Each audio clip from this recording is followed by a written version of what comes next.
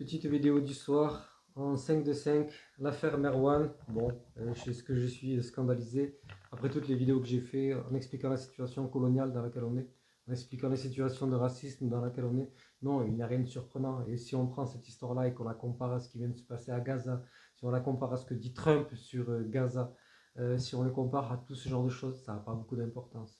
Mais ça participe grandement, moi personnellement en tout cas, à m'énerver. Et puis, société de l'absurde, bien évidemment, qu'on juge comme ça une personne, euh, c'est euh, c'est scandaleux. Mais moi, ça me permet en tout cas de vous évoquer ce que j'avais envie de parler d'un sujet. Et j'étais pas du tout au courant dans des situations de ce sujet-là, un peu de ce sujet-là, des peurs. Et j'étais pas du tout au courant de la situation de Merwan que je viens de découvrir ce soir parce que bon, j'ai pas la télé, donc voilà, moi je reçois les infos par internet. Et c'est donc un peu en décalé. Et tant mieux d'ailleurs pour moi, parce que j'ai pas envie de vivre sous ce régime de l'angoisse. Je sais pourquoi j'ai arrêté la télé il y a 20 ans maintenant. Et donc voilà. Alors par rapport à Merwan, c'est tout simplement cet effet de... On vit vraiment dans une société, c'est le danger de l'État-nation. Le danger de l'État-nation, c'est qu'il y a toujours un ennemi à combattre.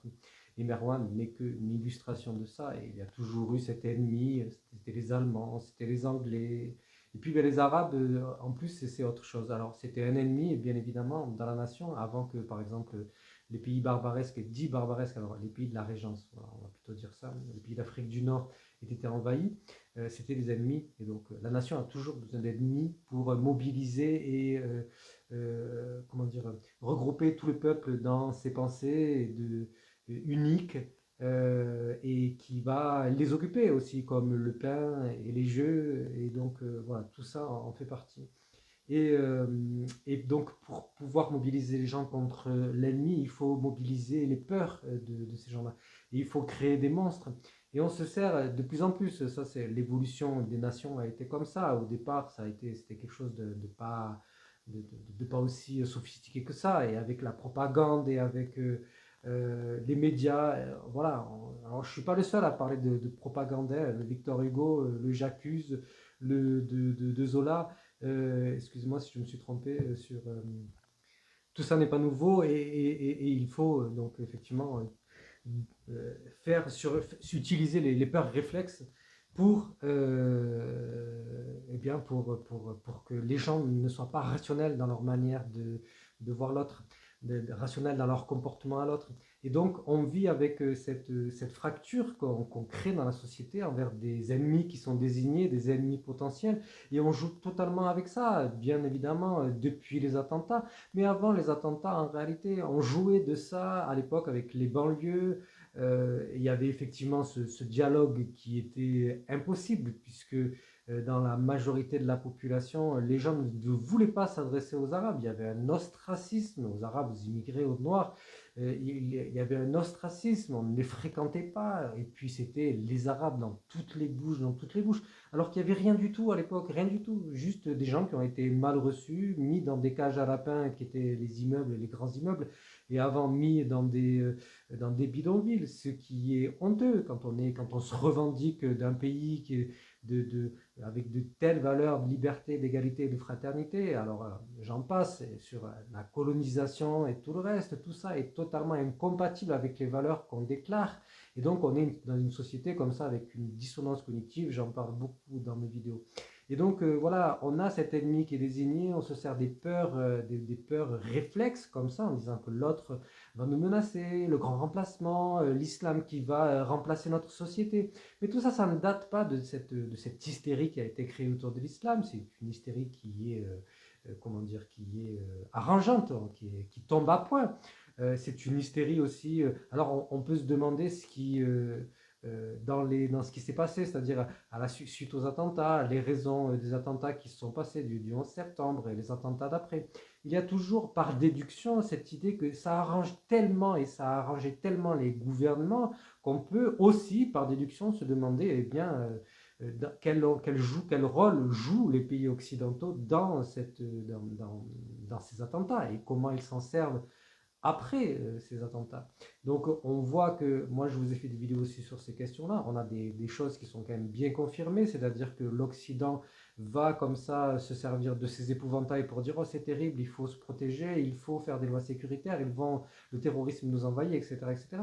Et puis l'instant d'après, on collabore avec Al-Qaïda en Afrique du Nord, donc AQMI pour la Libye, et puis le Front al-Nosra en Syrie, pour faire tomber les dictateurs. Et on les légitime et on les place au pouvoir même, puisque à l'heure actuelle, le président de la Syrie, c'est un ancien d'Al-Qaïda. Donc, et que les gens l'ont acclamé, l'ont accepté. C'est un scandale, c'est un scandale, c'est un scandale. Tout ça n'est que manipulation et participe encore à cette confusion, cette injustice des gouvernements occidentaux qui régulièrement bien crée cette atmosphère de confusion dans la société, instrumentalise les gens, monte les gens les uns contre les autres. Et c'est écœurant de voir ces députés qui sont bien au courant de ce genre de pratiques. Ce sont des gens qui sont imbus de leur personne, qui comment dire, se gargarisent de ces épouvantails qu'ils ont créés, qu'ils en jouent, qu'ils le mettent en scène à l'Assemblée nationale. C'est scandaleux, c'est une honte. Ces gens-là n'ont plus d'humanité. Alors, c'est pas que eux qui ont plus d'humanité, ce sont aussi tous ces gens de l'extrême droite mus par, par la pensée de Pégida, de cette extrême droite qui est financée depuis une dizaine d'années, plus d'une dizaine d'années, ça va faire au moins 20 ans, Pégida, et qui instrumentalise ces peurs réflexes dans l'esprit des gens et qui crée cette paranoïa où les gens, quand ils vont avoir affaire à des Arabes, parce qu'il ne faut plus dire l'islam aujourd'hui, c'est qu'une grosse excuse, c'est une grosse farce. Les gens, quand ils vont avoir affaire à des Arabes, ils ne vont pas réagir normalement, même les gens normaux, dits normaux, etc., qui se diraient tolérants, de gauche, etc., parce qu'ils vont avoir ces peurs réflexes à l'intérieur d'eux qui vont les empêcher de se comporter normalement avec eux. Et c'est donc au quotidien totalement étouffant. Alors après, la seule exception, la seule exception qui se démontre finalement, c'est quand on fréquente au quotidien. C'est-à-dire quand on se fréquente au quotidien. Les personnes de couleur, pas de couleur, les personnes arabes, les personnes françaises. Voilà, quand elles se fréquentent au quotidien et quand il y a une vraie humanité de gens qui se parlent réellement, eh bien là, c'est totalement différent. On voit les gens, on les connaît et de suite. Et c'est un phénomène que, et de suite, voilà, il n'y a plus du tout cette paranoïa de l'épouvantail, etc., qui est ridicule. Tout ça tourne en ridicule la société française. Il faut vraiment arrêter, se redonner de la valeur, de l'humanité. Il faut combattre ce genre de choses qui est dégradant pour tous ceux qui y participent et puis qui dégradent des personnes qui sont le réceptacle de ces haines, quoi. Et voilà. Et donc ce principe-là de recoller les gens simplement par leur mise en contact et leur dialogue, eh bien, ça se passe dans toutes sortes de cas, avec des malades psychiatriques, avec des handicapés, avec toutes sortes de gens, quoi, au final, où on voit que l'espèce de... Bon, bien évidemment, c'est pas la même chose, hein, bien évidemment, on n'est pas dans une société où, quoique les handicapés sont on ne peut pas dire qu'on le prend de la meilleure manière, qu'on n'a pas éduqué les gens à l'empathie envers les handicapés et savoir simplement avoir un réflexe humain et un comportement humain. Alors qu'on voit que les gens ont souvent des réflexes par rapport à certains handicapés, des réflexes de peur, des réflexes de retenue, des réflexes de... Voilà, et c'est des réflexes qui ne sont pas très humains en fin de compte. Donc voilà, après ça participe de la même chose. Quand on connaît les gens et bien qu'on leur parle, eh bien c'est juste l'humanité ensuite qui parle. Tu regardes pas les différences. Mais malheureusement, les gens sont vraiment dans une culture qui a participé à séparer les gens comme ça et à une espèce de normalité qui a des peurs réflexes envers l'anormalité et tout ça parce que nous ne sommes pas dans une culture d'empathie, qu'on ne l'avons pas appris. Et tout ça aussi, tous ces gens-là de l'extrême droite, il y a aussi une raison qui sont des idiots, hein, vraiment. Il y a personne qui peut aujourd'hui relever le niveau et avoir une pensée suffisamment cohérente et systémique, même si certains se disent écrivains, même si les Zemmour, etc., etc.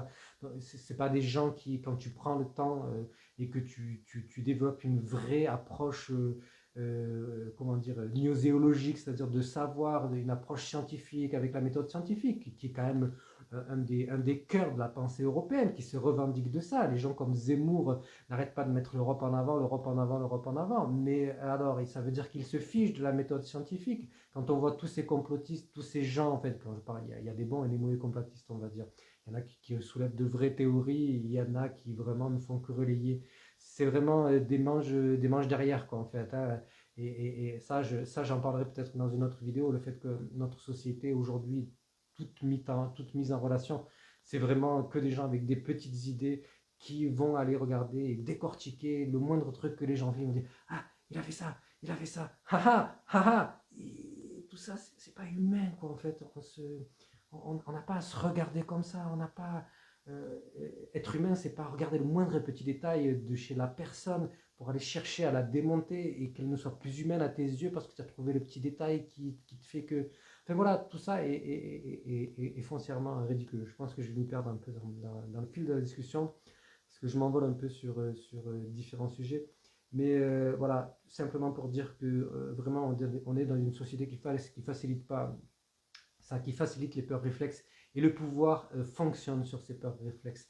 Tous les jours, vous avez une illustration de ces peurs réflexes aux infos. C'est pour ça que moi, j'ai arrêté les infos il y a 20 ans, en refus, et la télé, en refus de ces peurs réflexes qu'on fait grandir. Mais il n'y a pas que la télé. Il y a les séries, il y a beaucoup de choses qui vous envoient des messages distillés et que vous appréciez finalement comme une espèce de... vous vous dites, parce qu'on vous a mis dans la tête, c'est ça la modernité, et donc, tous ces codes qui vous rentrent dans l'esprit sur votre manière de vous comporter, vos manières de regarder les autres. Voilà. Mais voilà, il y a des choses qui peuvent vous apparaître évidentes dans ce qu'on fait passer comme message, et puis d'autres choses beaucoup moins évidentes et qui jouent sur vos peurs et réflexes. Encore une fois, c'est un des plus grands dangers euh, de ce qu'on nous fait passer au travers des médias, et les médias de manière très variée. Alors c'est flagrant pour le journal. Regardez le journal télévisé et dites-vous à la fin du journal télévisé comment je me sens. Est-ce que je me sens bien? Est-ce que je me sens en sécurité? Ou alors, ben voilà, on m'a montré l'horreur partout dans la planète. On me fait croire que devant chez moi, il y a quelqu'un qui va venir me tuer. On me fait croire qu'il y a des délinquants immédiatement qui vont venir me tuer, que c'est en permanence autour de moi. Et donc, ça déclenche mes peurs reptiliennes et je suis en alerte permanente. Alors ça, le pouvoir, il en raffole